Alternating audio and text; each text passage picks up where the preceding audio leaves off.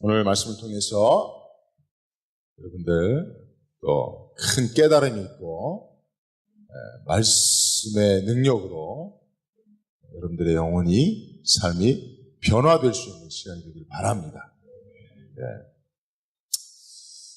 다니엘 기도회를 참석하면서 사실 수많은 사람들이 그 교회, 오림교회 예배당에 나와서 또 말씀을 듣고 찬양하고 전심으로 기도하고요.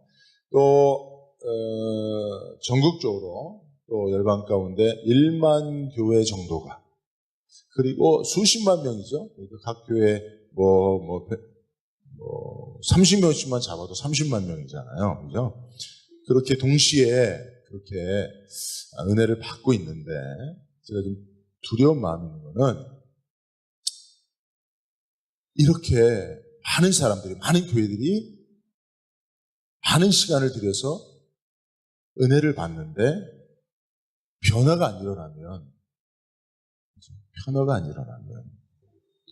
인격이 변하고 영혼이 변하고 삶이 변화되는 거예요. 그게 안 일어나면 사실은 그게 두려운 거예요. 저도 여기 앉아서 매일 은혜를 받습니다. 눈물도 많이 뿌리고 또 많은 깨달음을 얻게 됩니다.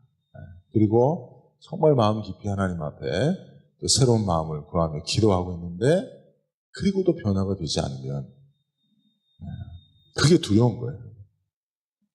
저도 우리가 잘 변화되지 않으니까 말씀을 전하면서도 그렇게 크게 기대하지 않아요. 근데 제가 이번에 좀 새로운 마음들을 많이 갖습니다. 정말 하나님의 말씀은 능력이라고 믿습니다. 어떤 능력입니까? 하나님의 말씀. 우리 영혼을 변화시키는 능력이에요. 이 세상에서 사람을 변화시키는 유일한 방법이 하나님의 말씀밖에 없어요. 그죠? 근데 여러분, 그 말씀 앞에 서서 우리가 그 변화를 기대하지 못한다면, 그냥 말씀을 그냥 지식적으로 뭔가 좋은 강의를 듣고 깨닫는 것처럼 그런 기대 수준에 머문다면 너무 안타까운 거죠. 그래서 오늘도 저도 말씀을 전하는 저나 듣는 여러분들이 같은 기대를 가졌으면 좋겠어요. 하나님의 말씀 앞에 우리가 깨달음을 얻을 뿐만 아니라 변화되자. 그런 기대가 있었으면 좋겠고, 저도 그런 소원을 가지고 말씀을 전하고자 하는 것입니다. 다니엘 기도를 통해서 우리 참석하신 분들은 이제 많은 은혜들이 있기 때문에 은혜를 또 좀 나누고 싶은 마음들이 있잖아요. 우리 진구형제도 열심히 참석하는데, 직장생활 하면서 열심히 참석하고 있어요. 이게 또 받은 은혜가 있으니까 또 이렇게 나누고 얼마나 좋습니까? 여러분, 우리 성도들의 교제는 받은 은혜를 나누는 것이 가장 중요한 거예요. 그렇죠? 그게 중요한데, 저도 좀 나누고 싶은데, 저도 깨달은 것 중에 하나가, 그 강사님들이 다 하나님의 음성을 들은 분들이에요. 하나님이 살아계실 거야 막연히 믿고 신앙생활하는 분들이 아니고, 하나님의 선명한 음성을 들은 분들입니다. 여러분들도 그런 은혜가 있길 바랍니다. 그런 신앙적 체험이 있길 바랍니다. 하나님이 살아계신 것을 그냥 막연히 믿고 가는 것이 아니라, 그분의 생생한 음성을, 살아계신 그분의 말씀을 여러분 들을 수 있길 바랍니다. 오늘도 설교 중에 여러분들 개인에게 주시는 성령의 음성이 들려지길 바랍니다. 두 가지 음성을 다 들은 분들이에요. 첫째는 부르시는 음성을 들었어요. 사람 가운데 부르시는 음성. 여러분들도 다 여러분들을 세상 가운데 허물과제로 죽어가는 여러분들을, 본질상 진노의 자녀였던 여러분들을 마귀의 종노로 타며 죽음을 두려워하며 살고 있는 여러분들을 하나님이 부르신 줄로 믿습니다. 여러분, 에클레시아, 교회라고 하는 그 성도라고 하는 의미가 바로 세상으로부터 부르다예요. 여러분 다 그 음성 들으시고 이 자리에 모여 계신 분들이라고 믿습니다. 만약에 여러분들 그 음성이 아직도 선명하지 않다면 꼭 여러분 들으실 수 있기를 바랍니다. 하나님 여러분들을 세상으로부터 부르십니다. 부르지 않으면 하나님 앞에 나올 존재가 없어요. 여러분들 공부하다가, 연구하다가, 여러분들이 무슨 하나님을 찾고자 하는 구도자의 마음을 가지고 있다가 여러분들이 이렇게 나온 사람 하나도 없어요. 하나님 몰랐던 사람들이에요. 아니, 하나님과 원수됐던 사람들이에요. 근데 하나님이 사랑하셔서 찾아오셔서 그 이름 불러주셔서 이곳에 있는 것입니다. 저도 마찬가지입니다. 저도 하나님이 병도나 불러주셔서 이거죠. 이렇게 하나님의 부르신 콜링이라고 하는데, 이걸 소명이라고 하는데, 이 부르심을 다 들었더라고요. 이 부르심의 음성을 다 들었더라고요. 그걸 다 간증하고 있더라고요, 강사님들이. 근데 그 부르심을 들은 사람들이 그 부르심의 음성으로 극복하는 게 있는데 자기의 연약이에요. 연약에 쌓여 있다가 하나님 앞에 부름을 받으면 그 연약을 극복하고 하나님 앞에 나오게 되더라고요. 여기 뭐 이효진 소장님 같은 분은 어렸을 때부터 이렇게 화상을 입었어요. 여자분인데. 얼굴이나 왼손이 특별히 얼굴하고 왼손이 화상을 입어서 어렸을 때부터 애들한테 괴물이라고 하는 소리를 듣고 여자아이가 이렇게 자라온 거예요. 그러니 여러분 살고 싶겠어요? 그 자기의 연약 속에 쌓여 있었는데 효진아 내가 너를 사랑한다 하고 하나님 불러주셨어요. 그 음성 듣고 지금은 그 모습으로 얼마나 아름답게 간증하고 있는지 몰라요. 그 극복하는 겁니다. 여러분들 연약이 있습니까? 여러분들 쌓여있는 연약이 있습니까? 극복하지 못하는 연약함이 있습니까? 부르시는 주님의 음성을 들으실 수 있길 바랍니다. 네. 그러면 연약을 극복하는. 또 두 번째 음성을 다 들었는데 뭐냐면 보내시는 음성이에요. 보내시는 음성. 내가 네가 필요하다. 내가 너를 통해서 일하고 싶다. 나를 위해 일하여 주지 않겠니? 나를 위하여 가주지 않겠니? 그 사명이라고 하는 거잖아요. 그죠? 다 그 음성을 들었더라고요. 근데 그 음성을 들은 사람들은 무엇을 극복하냐면 열악한 환경을 극복합니다. 엊그저께는 여기 그 판카즈 카빌라라고 하는 인도 분이 간증하셨어요. 근데 사실 인도에서 힌두교가 그죠? 힌두교가 지배하고 있고 어떻게 보면 이슬람보다 힌두교인들이 기독교를 더 박해를 많이 하고 있다고 합니다. 복음을 전하기 어려운 환경이죠. 열악한 환경이. 그런데 가능해요. 환경을 극복할 수 있습니다. 어제 문성 선교사님이라고 파푸아뉴기니에서 25년 동안 선교하신 분이 나오셔서 간증하셨는데 그분도 그 열악한 환경 하나님의 보내심의 음성을 들으니까 극복해버리는 겁니다. 여러분 열악한 환경에 쌓여서 원망하고 불평하고 낙심하고 있습니까? 보내시는 사명의 음성을 들으시길 바랍니다. 환경 따위는 극복해버리더라고요. 이 두 가지 음성을 다 하나님께서 들려주셨더라고요. 다 그분들이 들었고 그 음성 때문에 연약을 극복하고 환경을 극복하고 간증자로 살아가고 있는 것을 이제 우리가 보게 된 것이죠.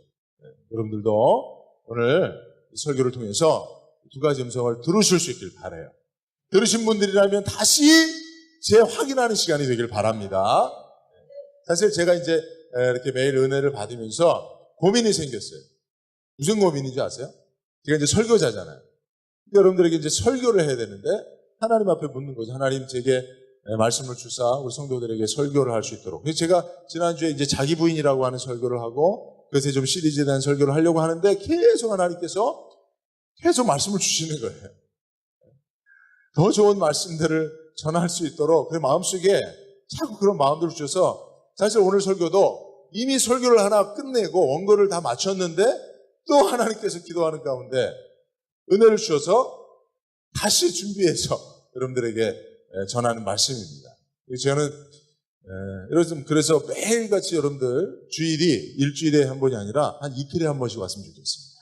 왜냐하면 하나님 제게 주신 말씀들을 여러분들에게 계속 전하고 싶은데 사실 여러분들 여기 주일에 한 번씩만 나오는 분들이 대부분이니까 주일에 한 번만 전하는 게 좀 아쉽더라고요. 어쨌든 오늘 하나님의 풍성하심을 믿자라고 하는 제목으로 말씀을 전하려고 합니다.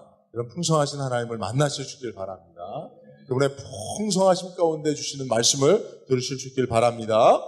여러분 요새 에베소서 좀 큐티하고 있는 거 아시죠?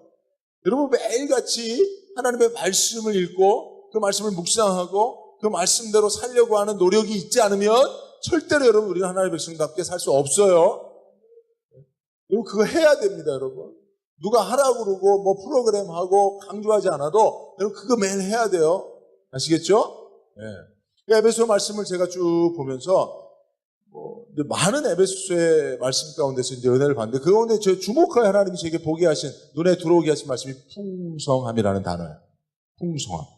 보니까 이 풍성함이라고 하는 단어가 상당히 많더라고요. 이전에 제가 특별히 주지하여 보지 못했지만 이번에 좀 최근에 이걸 발견했습니다. 1장 7절에 보니까 우리는 그리스도 안에서 그의 은혜의 풍성함을 따라 1장 18절에 보니까 그 기업의 영광의 풍성함이 무엇이며 2장 4절에 보면 긍휼이 풍성하신 하나님이 2장 10절에 보면 은혜의 지극히 풍성함을 오는 여러 세대에 나타나셨습니다. 3장 8절에 보면 측량할 수 없는 그리스도의 풍성함.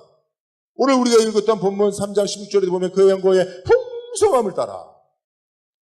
풍성함이라는 단어가 얼마나 풍성하게 많이 있는지 몰라요. 잘 몰랐죠, 여러분. 그죠? 성경은요, 계속 읽을수록 그 안에 감춰진 보배를 발견하게 됩니다. 그래서 제가 이번에 에베소서를 공부하면서 또 묵상하면서 풍성함. 이야, 풍성함. 특히 에베소서의 특징 중에는 에베소서가 갖고 있는 특징이 뭐냐면 바울의 기도문이 2번이나 기록되어 있는 거예요. 짧은 에베소서인데 그죠? 거기에 바울의 기도문이 상당 분량 그것도 2번이나 기록되어 있는데 여러분 한 사람의 기도를 보면 그 사람의 간절함이 무엇인지 열망이 무엇인지를 알 수 있죠. 그죠? 여러분들의 기도문을 이렇게 옆에서 듣다 보면 저 사람의 열망이 뭔지 간절한 소원이 뭔지를 알게 돼요. 그러니까 바울의 기도문을 읽어보면 바울의 열망이 뭔지를 알게 되는데 바울이 에베소 교회 성도들 또 오늘날 에베소에 있는 저와 여러분들이 알기를 원하는 바 그 열망이 있었어요. 바울은 이미 알고 경험하고 있었던 것들을 에베소 교회 성도들이 알기를 원했어요. 경험하기를 원했어요. 그게 뭐냐? 그 중에 하나가 바로 풍성하신 하나님이심을 믿습니다. 바울이 경험한 하나님은 풍성하신 하나님. 풍성하신 하나님 안에는 풍성함이 있는 거예요. 근데 우리가 그걸 모른다는 거예요. 그러니까 바울이 에베소서를 기록하면서 풍성함이라고 하는 단어를 아주 곳곳에 요소요소에 기록해 놓고 있고 뿐만 아니라 그의 기도문 가운데 풍성하신 하나님을 알기를 원하는 소원을 담아내고 있는 것이었어요. 여러분 특별히 이제 히브리서에 보면 믿음에 대한 정의가 있죠. 그죠? 믿음이 없이는 기쁘시게 못하나니 하나님께 나아가는 자는 반드시 그가 계신 것과 자기를 찾는 자들에게 상 주시는 이심을 믿어야 할지니라. 우리가 하나님이 살아계신 것을 믿을 뿐만 아니라 그분이 우리에게 상 주시는 하나님인 것을 믿어야 돼요. 근데 하나님이 우리에게 상 주시는 하나님이라는 사실을 믿는다는 것은 하나님이 우리에게 풍성한 상을 주실 수 있다는 사실을 믿는 거예요. 그죠? 2가지를 믿는 거예요. 그분이 우리에게 상을 주실 마음이 있는 것과, 그죠? 그 상이 풍성하다는 사실을 믿어야 돼요. 여러분, 우리나라의 스포츠 사상 또 아주 획기적인 일이 어제 벌어졌죠. 뭐죠? 정현이라고 하는 친구가 ATP, 그죠? 뭡니까? 넥스트 제너레이션 컵에서 이렇게 이제 우승을 했어요.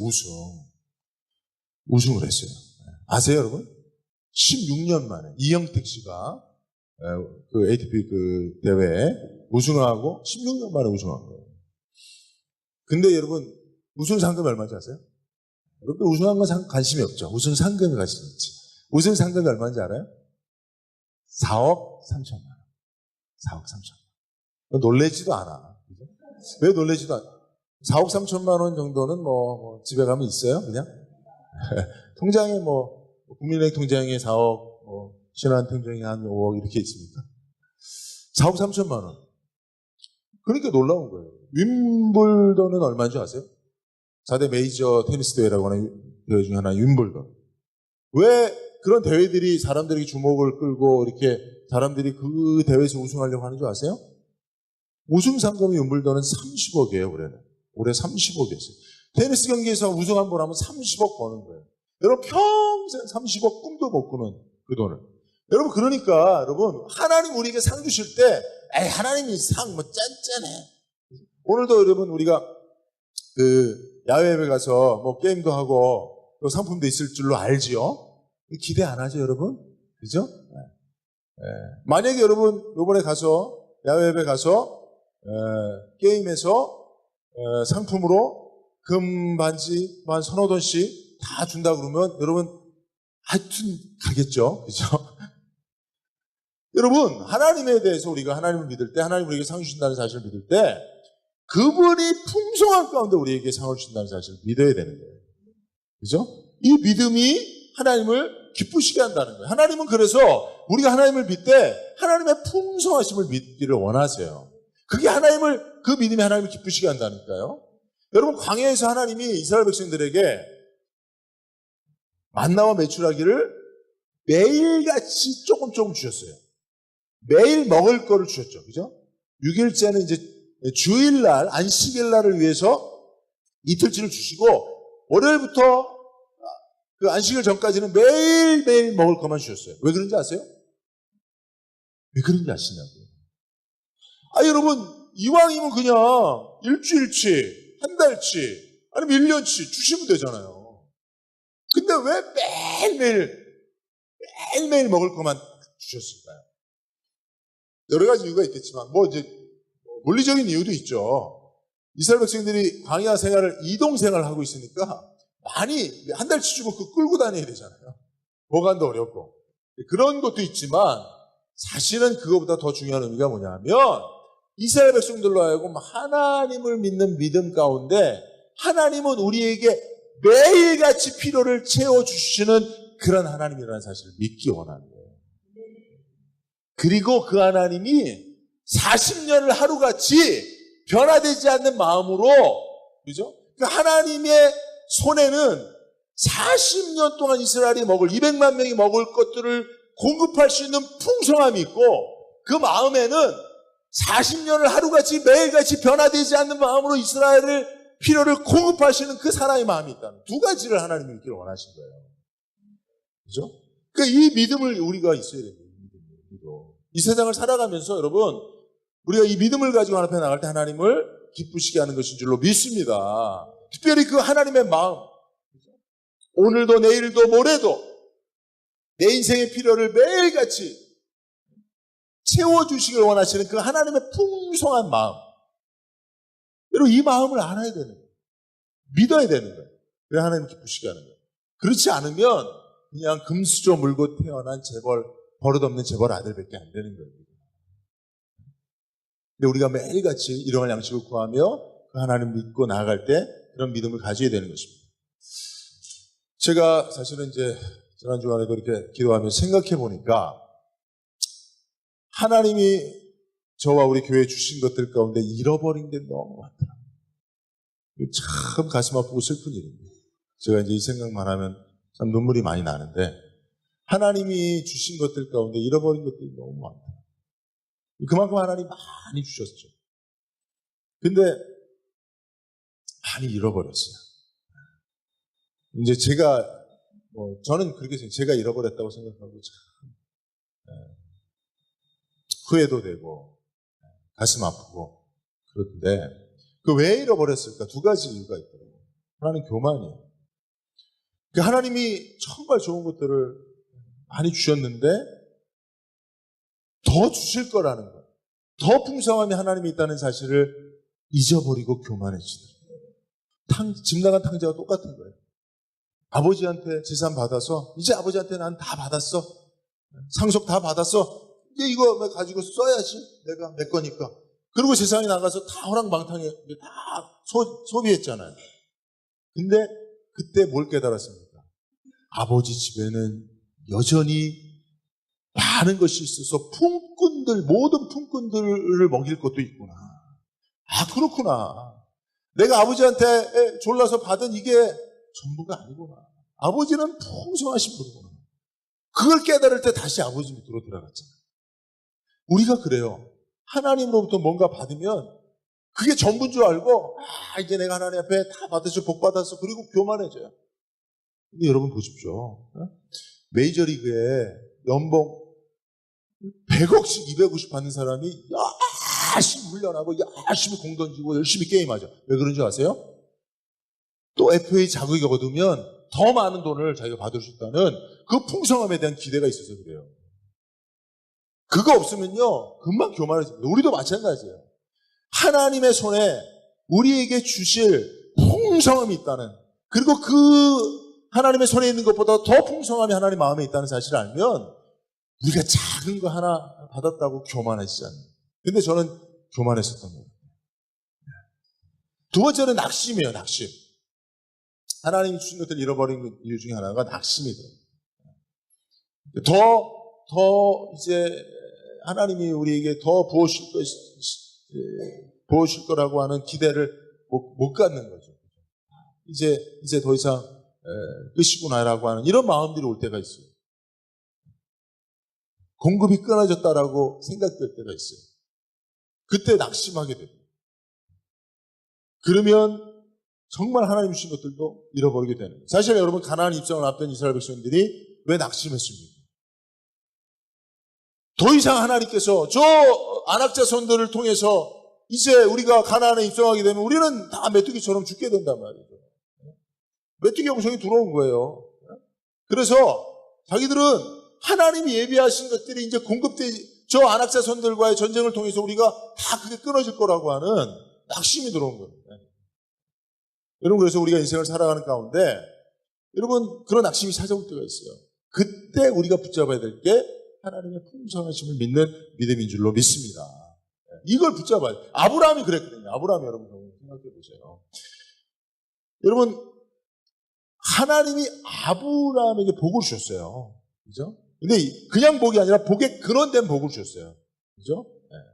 열국의 아비라고 하는 이름을 주셨어요. 그죠? 근데 그 복을 언제 아브라함이 본격적으로 받아 누렸냐면 풍성하신 하나님에 대한 믿음을 하나님께 보였을 때 그 하나님을 믿었어요. 특별히 이제 그것이 결정적인 사건이 모리아산에서 이삭을 하나님께 바치는 건데, 이삭이 아버지한테 묻잖아요. 아버지, 재물은 어디 있어요? 재물은 그때 하나님 아브라함이 이삭에게 뭐라고 말했는지 그게 중요합니다.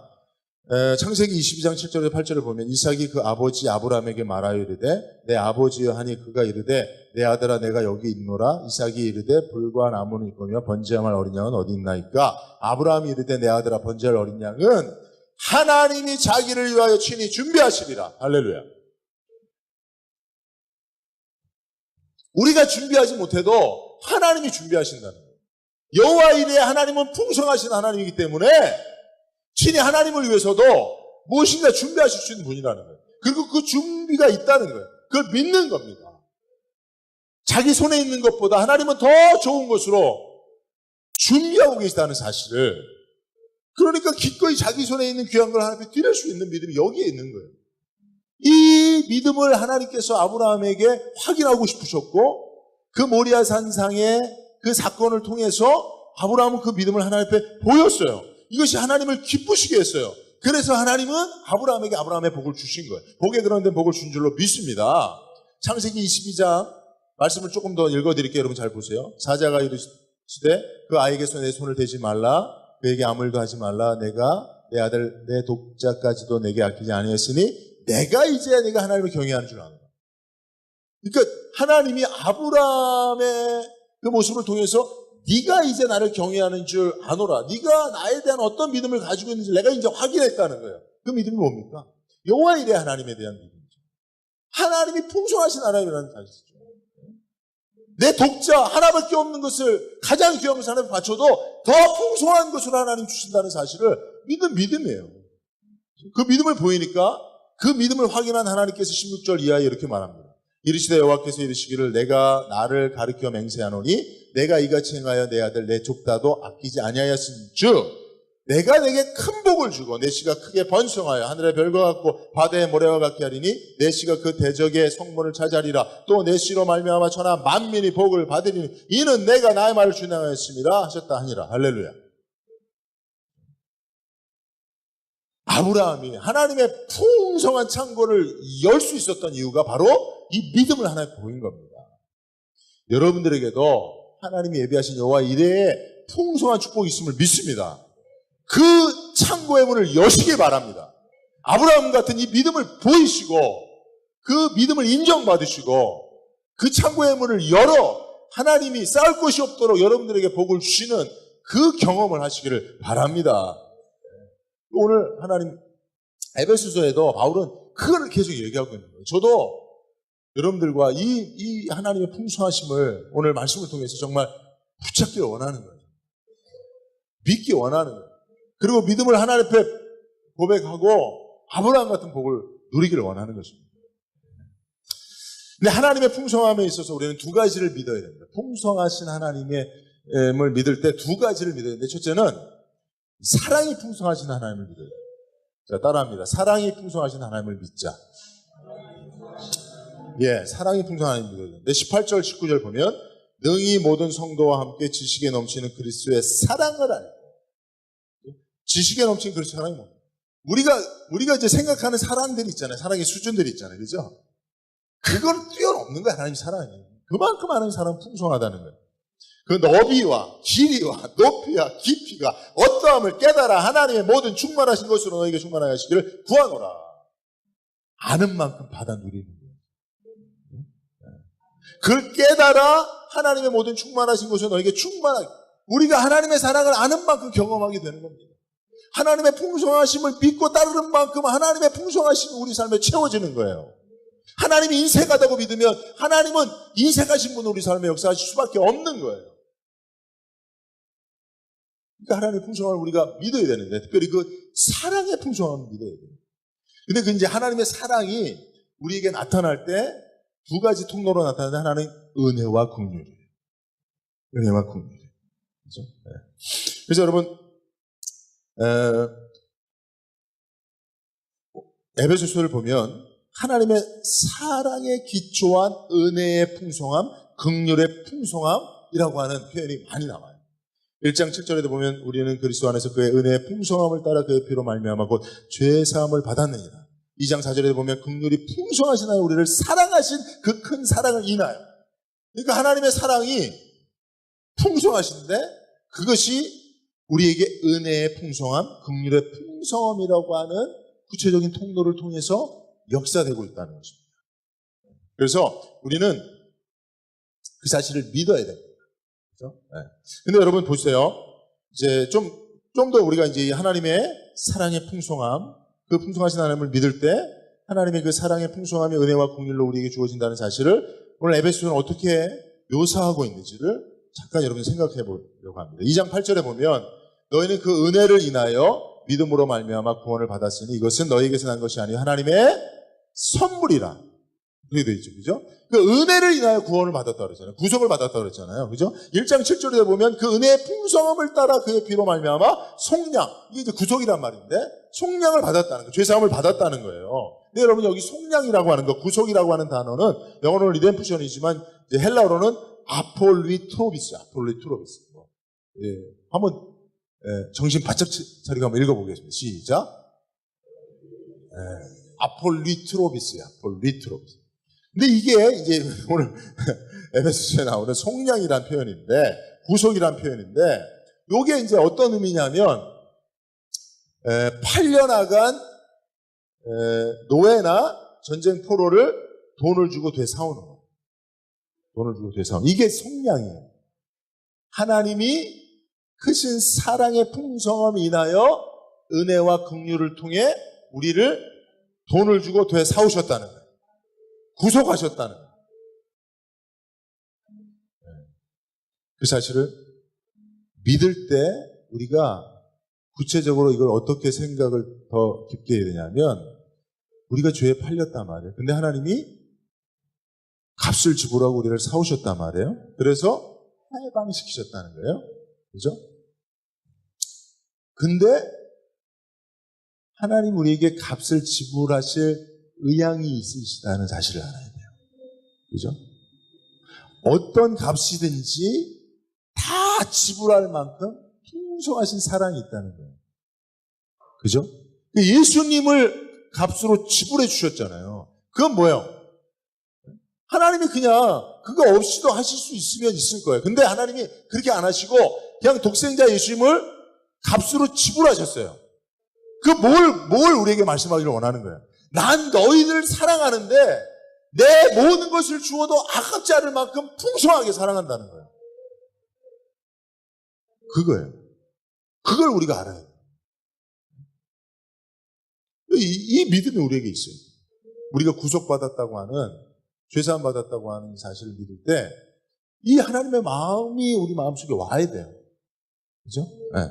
그 하나님의 마음을 믿어요. 그게 믿어져야 내가 구원받은 사실에 감격할 때마다 내 삶의 모든 부족까지도 하나님이 채우신다는 그 신앙의 고백으로까지 나갈 수 있잖아요. 내가 구원받은 것을 믿는데 하나님은 내 필요를 채우실 것 같지 않아. 늘 이 괴리감 속에서 사람들이 영적 결핍 가운데 살아가는 거예요. 그래서 원망과 불평이 많아지는 거예요.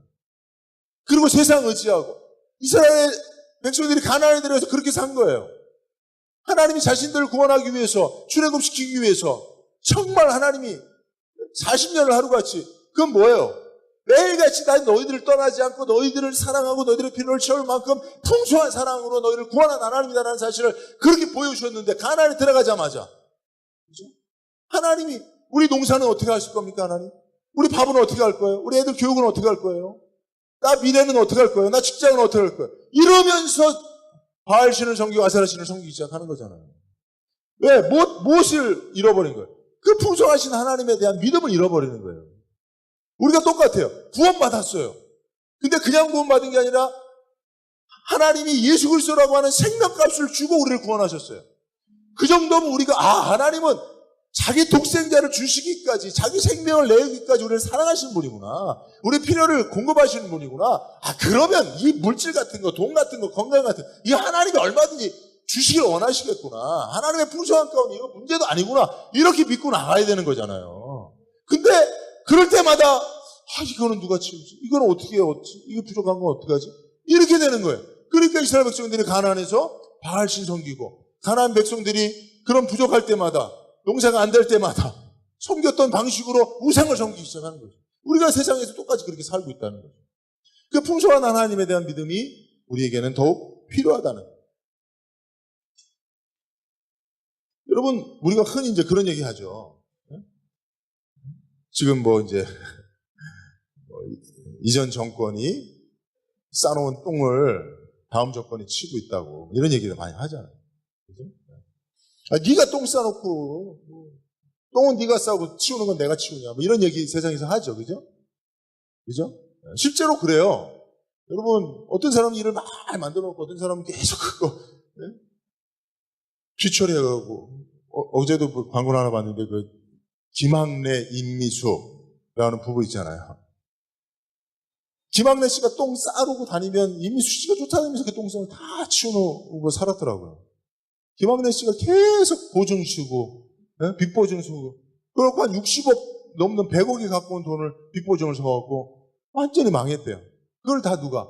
근데 자기는 다른 사람한테 1원도 빌리지 못하는 성격이래. 그래서 자기는 빚보증 서갖고 빚 만들어갖고 똥 싸놓으면 이미숙 씨가 돌아다니면서 이리 빌려갖고 저리 해갖고 갚아낸 거예요. 여러분, 세상에 그런 사람들이 많아요. 근데 여러분, 이미숙 씨가 김학래 씨를 사랑하니까 그렇게 하는 거죠. 그렇죠? 근데 누가 더 사랑하는 걸까요? 똥 싼 사람이에요? 똥 치우는 사람이에요? 똥 치우는 사람이 사랑하는 거예요. 근데 세상은 참 안타깝게도 똥 싼 놈들이 계속 큰 소리 치고 사는 인생이야. 그게 문제인데, 제가 왜 이 얘기를 하냐면, 제가 이 말씀 보면서 그 생각이 들었어요. 하나님이 이스라엘 백성들이 사실은 어떻게 보면 우리의 결핍이나 부족은 다 우리가 똥 싸놓은 거예요. 우리가 잘못한 거예요. 우리가 실수한 거예요. 우리가 망할 수밖에 없는 선택을 한 거예요. 우리가 건강을 잃어버릴 수밖에 없는 생활 습관을 가지고 살아온 거예요. 근데 그럴 때마다 하나님 앞에 똥은 내가 싸놓고 하나님이 치워달라고 하잖아요. 근데 그때 그럼에도 불구하고 풍성하신 하나님을 믿어야 된다는 거예요. 그 얘기 하고 싶은 거예요. 왜냐하면 제가 정말 사랑이 많은 부모는 그 경험했어요. 우리 애들, 제가 이제 3명 애들 똥기저귀 많이 갈았어요. 우리 사모가 이제 대부분 했지만 제가 또 그때 제가 많이 갈았어요. 근데 내가 애들한테 한 번도 그런 적이 없어요. 이 새끼는 하여튼 똥만 퍼질러 싸놓고 에휴 씨, 그러면서 애를 욕하면서 똥기저귀 갈아본 적이 한 번도 없어요. 똥기저귀 갈다 보면 손에 묻죠, 튀죠. 애들 똥도 조금만 우유 먹지 않고 이유식 시작하면 진짜 사람 똥 냄새 나요. 더럽게 냄새 나요. 더럽죠 또. 근데도 그 똥기저귀 내가 갈면서 한 번도 너는 똥 싸고 내가 가냐 임마? 뭐 이러면서 한 번도 그런 적 없다는 거죠. 지금도 마찬가지예요. 지금도 나는 우리 애들이 다 컸지만 지금은 뭐 똥 싸고 내가 똥 갈진 않아요. 물론 제가 뭐 애들 그 더럽혀놓은 변기 이런 거 닦고 이런 건 하지만 근데 걔들 인생에서 애들이 똥 싸놓은 거 있으면 내가 얼마든지 치워줄 각오가 있어요. 그런 마음이 있어요. 예. 물론 애들이 독립해서 자기들 삶을 살아야 된다고 하는 것이 애들에게 좋은 건 줄 알지만 그럼에도 불구하고 애들이 치우지 못하는 똥 싸는 거 있으면 내가 다 치워줄 거예요. 내가 죽을 때까지 그거 할 거예요. 왜? 사랑하니까. 이게 자녀를 사랑하는 부모의 마음이에요. 하나님 아버지의 마음이에요. 하나님 이걸 알기를 원하신다는 거예요. 그래서 그럴 때마다 하나님 앞에 들고 나가라는 거예요. 그 풍성하지 하나님을 믿고 나가서 하나님 다 똥 싸놨어요. 근데 하나님 좀 치워줘요. 하길 원하시는. 그게 하나님 기쁘시게 한다니까요. 그 믿음이 하나님을 기쁘시게 한다니까요. 왜? 하나님이 예수님까지 주어서 우리를 구원하신, 핏값 주고 사신 하나님이니까. 그렇게 하신 이유는 그걸 믿어달라는 거예요. 그 믿음을, 그래서 은혜와 긍휼이라는 표현이 쓰는 거예요. 은혜와 긍휼이 뭡니까? 받을 자격이 없는 존재들. 자기가 똥 싸놓은 거라는. 그런데 그걸 하나님이 긍휼히 여긴다는 거예요. 불쌍히 여긴다는 거예요. 그분이 하나님이고 그분이 풍성하신 하나님이고 그분이 풍성하신 사랑을 가지고 우리를 늘 만나주신다는 거예요. 이거를 믿어야 됩니다. 여러분, 저는 처음에는 한 사람을 평생 사랑할 수 있을까 의심하며 결혼했어요. 그걸 믿지 못했었어요, 사실. 제가 우리 사모하고 결혼하면서도 한 사람이 한 사람을 평생 사랑할 수 있을까 의심했어요. 왜냐하면 저도 결혼하기 전까지 사랑은 움직이는 거야 라고 하는 것을 경험하며 살았으니까. 그리고 사실 결혼하고도 결혼 생활이 힘들고 그럴 때 이거 어려운 일이구나. 최근에도 우리 예수 믿는 사람들, 우리 교회 집사님들 중에서도 그런 얘기를 해요. 목사님, 법을 바꿔서 10년에 한 번씩은 남편들을 바꿨으면 좋겠어요. 이런 얘기 하시는 분들도 있어요. 믿음이 있어도 한 사람 평생 사랑하는 것이 쉽지 않은 듯 보입니다. 그러나 저는 지금은 확실히 믿어요. 한 사람을 충분히 평생을 사랑할 수 있어요. 물론 그 영혼까지는 모르겠어요. 죽기까지는 한 사람이 한 사람을 평생을 사랑할 수 있는 그 사랑을 하나님이 우리에게 주신 것을 믿습니다. 우리에겐 그 사랑이 없어요. 근데 우리를 사랑하시는 하나님의 풍성함으로 하나님 우리를 사랑하실 때 그 사랑을 우리에게 주셔서 그 사랑을 의지하면 한 사람은 평생 사랑할 수 있어요. 그리고 왜냐하면 우리가 자녀를 평생 사랑하잖아요. 자녀를 평생 사랑하잖아요. 저도 제 아내를 이제는 그런 믿음이 있어요. 확신이 있어요.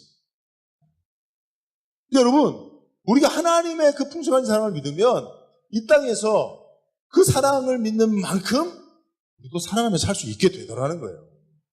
그러니까 사도 바울이 그 하나님의 풍성하신 사랑을 너희가 알기를 원한다라고 간절히 에베소서에 호소하고 있는 것인 줄로 믿습니다.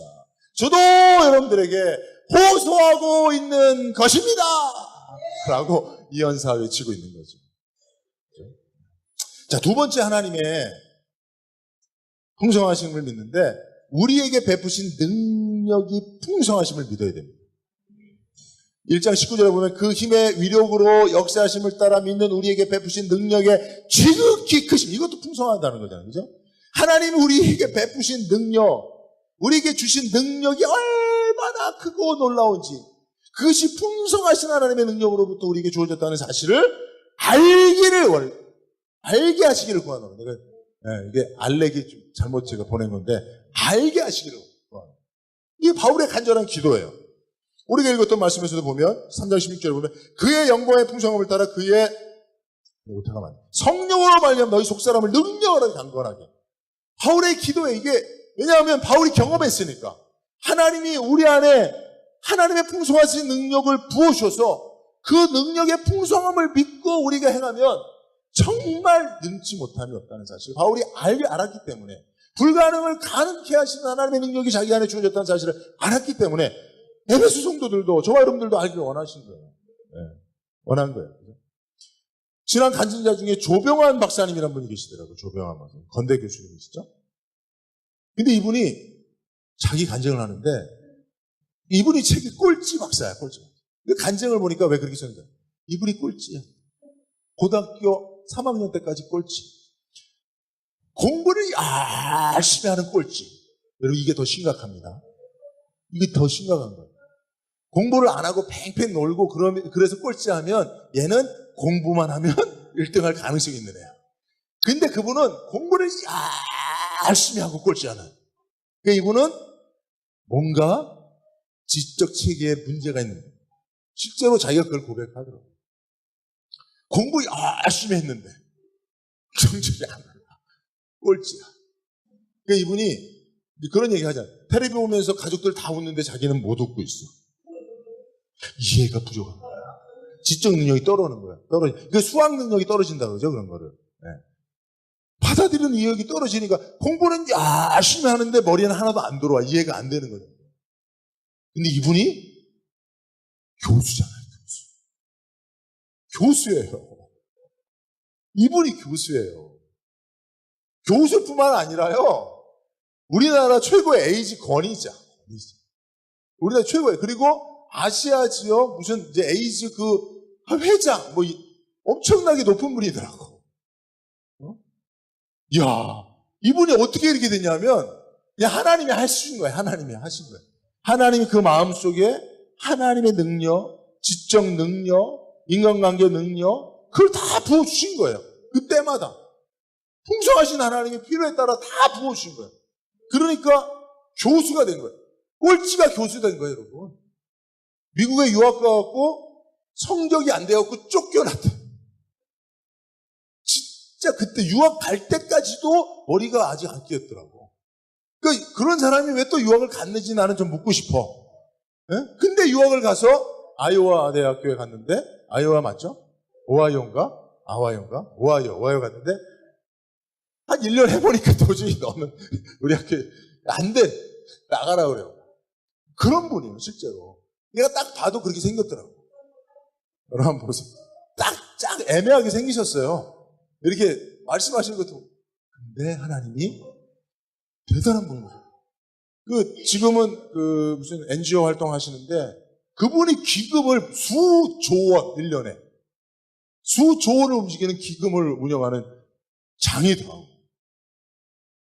그러니까 여러분, 우리가 한 사람을 쉽게 판단하고 속단하면 안 돼요. 하나님이 그 속에 풍성하신 능력으로 심어두신 것들이 아직 개발이 안 된 거죠. 발견이 안 된 거죠. 아직 본인도 그걸 믿지 못하고 주변 사람들도 인정하지 않고 있을 뿐, 그러나 하나님이 그것을 주셨음을 믿고 그것을 발휘하기 시작하니까 꼴찌가 교수되고 꼴찌가 세계적에 속하게 되는 거예요.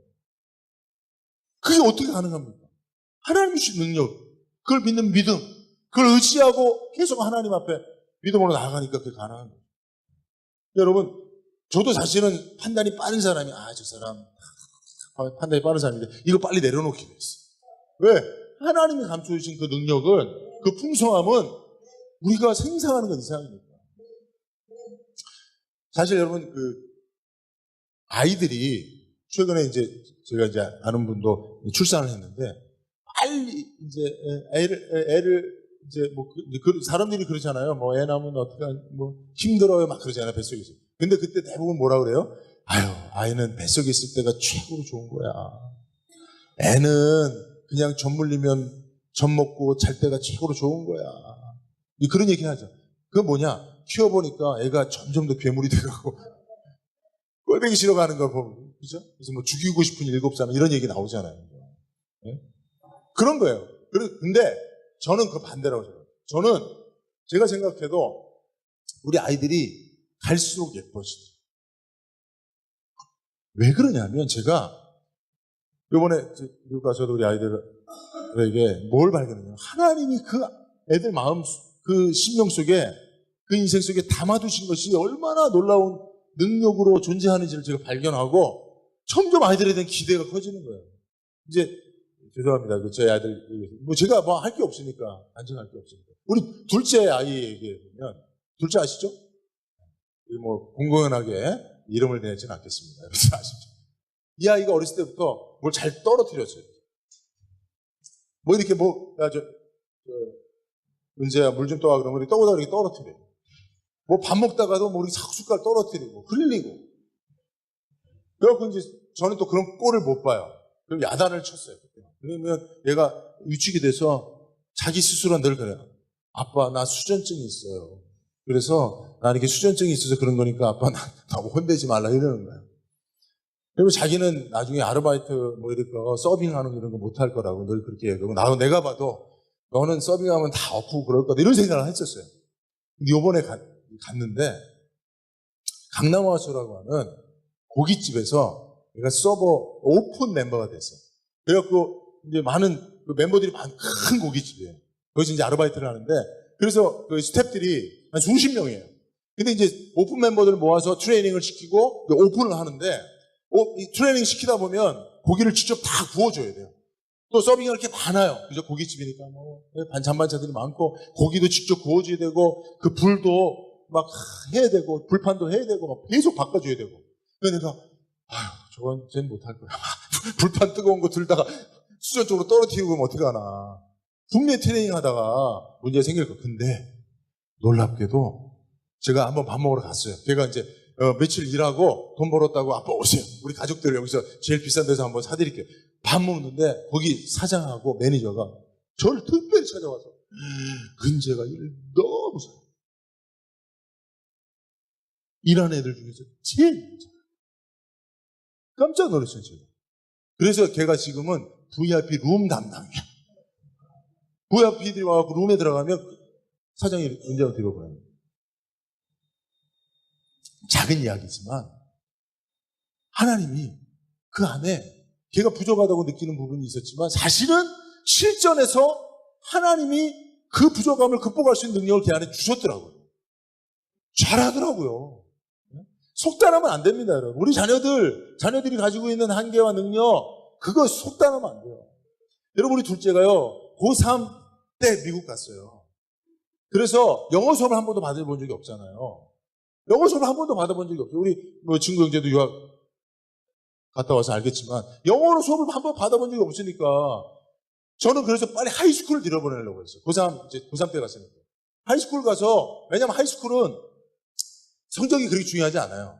왜냐면 이제 대부분 이제 커뮤니티 칼리지 가서 트랜스포를 하면 되거든요. 유니버시티로.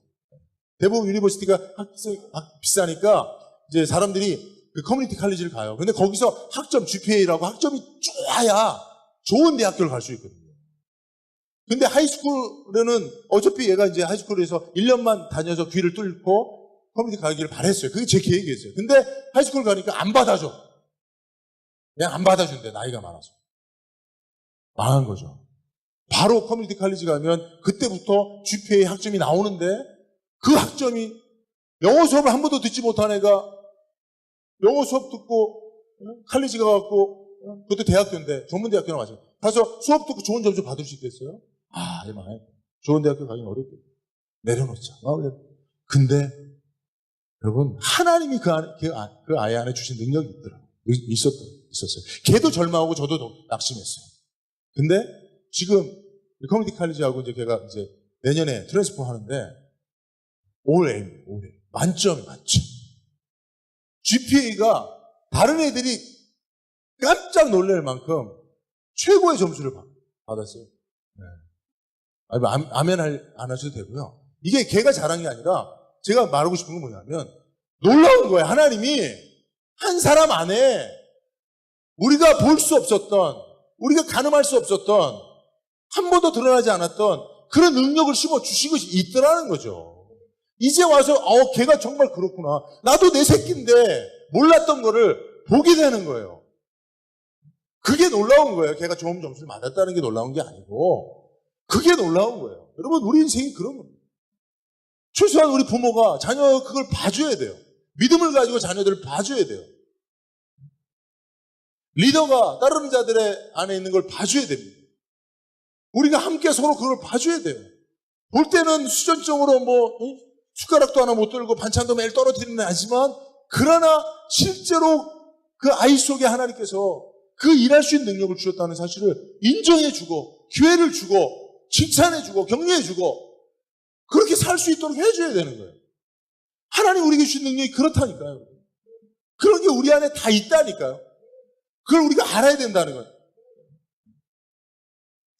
여러분, 마귀의 역사가 뭡니까? 마귀의 역사가. 네? 이 사실을 믿지 못하게 하는 거예요. 하나님의 풍성함을 믿지 못하게 하는 거예요. 네 손에 쥔 거를 그게 전부라고 생각하고 그거 잃어버리지 않도록 치열하게 살라는 게 마귀의 역사 아닙니까? 여러분, 밀림에서 그 원숭이 사냥하는 거 어떻게 하는 줄 알죠? 야자 열매에 구멍 조그맣게 뚫어서 그 안에 원숭이가 좋아하는 바나나 이런 거 넣는데요. 그러면 원숭이가 손 이렇게 해서 딱 쥔단 말이에요. 근데 요거를 빼려면 안 빠지죠, 그죠? 요렇게는 들어가지만 주먹 주면 못 빠지는 거잖아요. 원숭이. 그때 잡는 거예요. 근데 요거를 빼면 도망갈 수 있는데 안 빼요, 원숭이가 요거를. 끝까지 요거 손에 쥔 거, 요거. 여러분, 이게 마귀가 우리한테 세상을 살아가도록 하는 방식이에요. 너 손에 쥔 거 그거 놓치면 죽어. 너 그거 놓치면 다시 그거 못 얻어. 너 그거 어떻게 얻은 건데. 그거 움켜쥐고 살아. 근데 그게 죽는 길이라는 거예요. 하나의 풍성하심을 믿고 내려놓는 거예요. 이거 해야 돼요, 우리가 여러분. 우리가 늘 하는 거는 손에 쥔 거 내려놓는 걸 해야 돼요. 이럴 때 하나님의 풍성함을 믿는 믿음이 고백되는 거예요. 그럴 때 하나님이 밀림의 정글의 모든 걸 원숭이로 먹게 하시는 거예요. 우리 인생도 마찬가지라는 사실을 알게 됩니다. 특별히 우리가 하나님의 풍성하심을 믿고 의지할 때가 언제냐면 시편 23편 1절을 보면 우리가 부족할 때, 여러분 보십시오. 시편 23편 1절 같이 암송합니다. 시작. 여호와는 나의 목자시니 내가 부족함이 없으리로다. 여러분, 이 고백 다윗이 언제 했을까요? 부족할 때 했어요. 부족할 때. 부족할 때, 그 부족함 가운데, 그 결핍 가운데, 그 핍절함 때문에 사망의 음침한 골짜기 다니고, 그죠? 원수의 목전에 있을 때, 그때 여호와는 나의 목자시니 내가 부족하지만 부족하지 않을 거다. 그 풍성하신 목자를 의지하고 그분의 인도함을 받으면 나는 쉴만한 물과 푸른 초장에 눕게 될 거다. 그 고백이 시편 23편의 고백이에요. 우리도 여러분 풍성하신 하나님을 언제 고백해야 됩니까? 하나님이 로또 당첨되게 사업 잘 그때 고백하는 거는 아니고 늦는 거예요. 그건 사후 약방문이라고 해요. 네? 그건 아니라 정말 부족할 때 고백하는 거예요. 여러분, 우리가 세상에서 풍성한 삶을 누리는 게 축복이 아니라 그 축복이 나를 살아가신 풍성하신 하나님의 사랑으로부터 그 능력으로부터 기인했다고 믿는 게 축복이에요. 그것 때문에 하나님을 믿을 수 있는 확증이 있다면, 간증이 있다면 그게 축복인 거예요, 여러분. 그렇죠?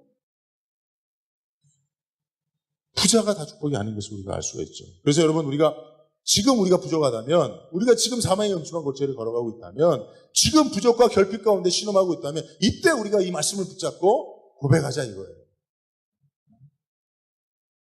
여러분, 20절을 보면 우리가 구하거나 생각하는 모든 것에 더 넘치도록 능히 하실 얘기예요. 그렇죠? 우리가 무엇을 구해야 돼요.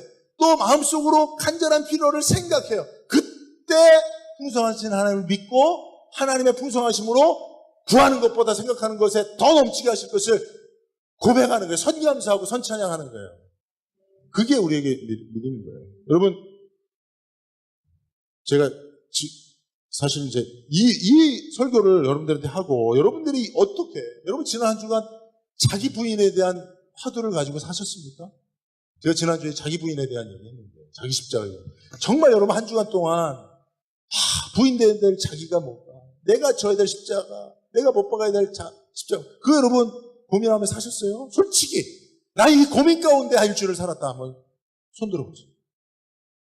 내가 이럴 줄 알았다. 그러니까 여러분, 제가 설교하면서 그 다음 주를 맞이하는 두려움이 있어요. 여러분들이 정말 내가 이렇게 설교를 해도 저는 지난 한 주간 정말 내가 어떤 상황에서 그래, 이게 내가 부인돼야 될 상황이구나. 이때 내가 내 등에 있는 십자가를 꺼내서 나를 못 박아야 되겠구나. 그 고민하며 살았어요. 그래서 변화됐어요, 제가. 여러분, 그렇지 않아요. 그 말씀대로 살려고 노력하고 내 삶의 상황에서 그 말씀을 적용해보지 않으면 절대 말씀 듣고 은혜 받고 변화 안 돼요. 오늘도 마찬가지예요, 여러분. 말씀 그래도 제법 은혜스럽죠? 아, 그래도 안쓰러운가? 그래도 여러분 제가 보면 정말 여러분들 한 사람 다 경청하고 있어요, 지금. 아무도 제 설교를 안 듣고 딴 생각하는 사람이 없는 것 같아요. 내가 보기에는. 그렇더라고요. 우리 성도님들이 정말 설교를 잘해요. 제가 이렇게 강사분들 다 이렇게 피드백을 받아보면 우리 한국교회 성도님들이 설교를 너무 잘 경청해서 너무 고마웠다고 그러더라고요. 실제로 여러분들 잘 들어요. 근데 중요한 거는 실천해요. 실천. 거기까지는 좀 더 나아요. 여러분 오늘도 이 풍성하신 하나님을 믿는 믿음, 이 믿음을 여러분들의 삶 가운데, 여러분들의 결핍 속에서, 부족 속에서 어떻게 실천해 갈 수 있는지 제가 고민했어요. 그래서 여러분들 제가 추수감사원금, 원래는 이제 다음 주에 추수감사원금 하니까 항상 봉투를 넣잖아요. 그죠? 1년에 뭐 특별 절기연금 몇 번 이렇게 봉투를 넣는 경우 있잖아요. 여러분 이거를 여러분 지금 여러분 이걸 꺼내보세요. 지금 꺼내보세요. 여러분 여기다가 여러분들이 작정을 했으면 좋겠어요. 여러분들이 그냥 추수감사원금 오늘 말씀을 듣고 적용해서 여러분들에게 생각하는 거나 구하는 것에 넘치도록 채우실 하나님의 그 풍성함, 우리를 위해서 예비해 놓으신 하나님의 풍성함, 그걸 바라보고 여러분들이 이 믿음의 헌금을 담았으면 좋겠어요. 많이 담으라는 얘기하는 게 아니라 그 믿음의 헌금을 담았으면 좋겠어요. 뭐 사람은 사실은 얼마나 남겼나를 보지만 하나님은 믿음을 보잖아요. 그죠? 과부의 두렙돈이 그의 전부라면, 그의 전적인 믿음을 담았다면 하나님 그걸 칭찬하시듯이 여러분 그런 믿음을 이게 말씀을 적용해보는 실천을 해야 됐으면 좋겠어요. 여러분 꼭 그렇게 하십시오.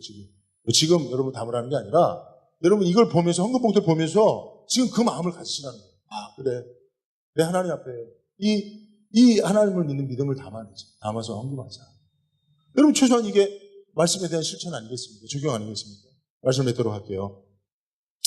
여러분 그런 얘기 있죠. 가장 좋은 것은 아직 오지 않았다. 뭐 이런 시가 있죠. 터키 시인 나짐 히크메트라고 하는 사람. 여러분들 진정한 여행이라는 시 있죠. 한두 번 여러분 소개한 적이 있을 겁니다. 가장 훌륭한 시는 아직 쓰이지 않았다. 가장 아름다운 노래는 아직 불리지 않았다. 최고의 날들은 아직 살지 않은 날들. 가장 넓은 바다는 아직 항해되지 않았고 가장 먼 여행은 아직 끝나지 않았다. 가장 좋은 것은 아직 우리에게 남겨져 있다는 거예요. 여러분 믿습니까? 여러분 이 믿음이 어떻게 올 수 있어요? 하나님이 풍성하신. 여러분 하나님이 이제 우리 인생에 공급하실 것이 바닥났나요? 하나님이 이제 우리에게 주실 사랑도 바닥났나요? 하나님이 우리에게 공급하실 그 무엇이 다 이제 고갈됐나요? 아니요. 풍성하신 하나님, 그 하나님의 손에, 그 마음에 우리에게 허락될 예비된 것들이 지금 풍성하게 남겨져 있습니다. 그게 남겨진 인생 가운데 다 누려질 수 있기를 바랍니다. 그게 우리 인생의 가장 좋은 거죠. 요한복음 2장 10절에 보면 가나 혼인잔치 있어요. 그때 혼인잔치 포도주가 떨어집니다. 그때를 예수님이 그러잖아요. 그 마리아한테 아직 내 때가 되지 않았다고 그러잖아요. 기다리라 그러잖아요. 근데 그게 떨어졌어요. 그때 예수님이 물을 변화해 포도주를 보고 그걸 연회장에게 주어 연회장이 나눠주니까 사람들이 우와! 어떻게 보통은 제일 좋은 거 하고 사람들 다 배부르고 술 취할 때 안 좋은 거 주는데 어떻게 제일 좋은 게 제일 마지막에 나오냐고. 이게 바로 예수님의 우리를 사랑하시는 하나님의 풍성하심이에요. 하나님은 우리 인생에 가장 좋은 것을 남겨두셨습니다. 극상품 포도주가 우리 인생에 남겨져 있어요. 여러분들의 인생에 하나님이 나쁜 거 먼저 줬다는 게 아니라 점점 더 좋은 것을 큰 사랑으로 예배해 놓으셨다는 거예요. 그걸 믿죠. 그러니까 그 믿음이 아직 가장 좋은 것은 우리 인생에 남겨져 있다고 하는 고백으로 고백될 수 있는 거죠. 여러분 저도 믿습니다. 저도 우리 하나님교회 제 목회에 제 개인적 인생에 우리 가정에 우리 자녀들에게 우리 성도들에게 하나님이 예비하신 극상품 포도주는 아직 남겨져 있습니다. 우리가 함께 그것을 주님이 연회장으로 되시는 그 인생의 파리에서 인생의 파티에서 함께 우리가 나누며 주님 앞에 영광 돌리는 그때를 우리가 꼭 그 파티에 함께 참석하자고요. 아멘. 기도하겠습니다.